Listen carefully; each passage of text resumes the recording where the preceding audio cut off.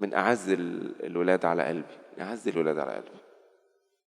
يعني من أول ما بقيت كاهن كده كان بيعترف عندي، بحبه جدا. دخل في إدمان، وكان صعب جدا الإدمان ده. وبعدين محاولات كتير وسنين كتيرة من المحاولة إنه هو يخلص، معرفش.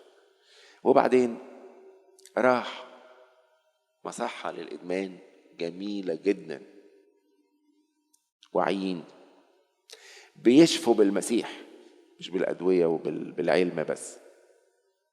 وعرف يسوع في المصحة. أنا كنت بكلمه كتير عن يسوع، والإدمان كان مخلي دماغه متولة، مش قادر. قدروا إن هم مع بقى الشغل بتاعهم ويحطوا يسوع وكده، ويكلم قال يا ابونا أنا حبيت يسوع، يسوع يا ابونا أنا لزقت في يسوع. ومن هذا اليوم تحول هذا الشخص المدمن المدمر المكسور إلى شخص واعي جميل. وأنا قدام عيني ابني شفته عمال يشفى ويخف ويكبر ويحلو، لغاية ما بقى مساعد في الإدمان في المصحة اللي كان فيها، وبقى يساعد اللي بعده. وبعد شوية طلع بره مصر ودور على يعني قلبه بقى واكله. شوفوا ربنا لما بيصلح. اتجوز واحدة تحب يسوع قوي قوي، وأنا سافرت وعمري ما عديت المحيط. عديت المحيط بس مرة في واحدة في حياتي عشان أروح واحضر الفرح بتاعه، لأني أنا شايف المعجزة الرائعة اللي ربنا يسوع عملها.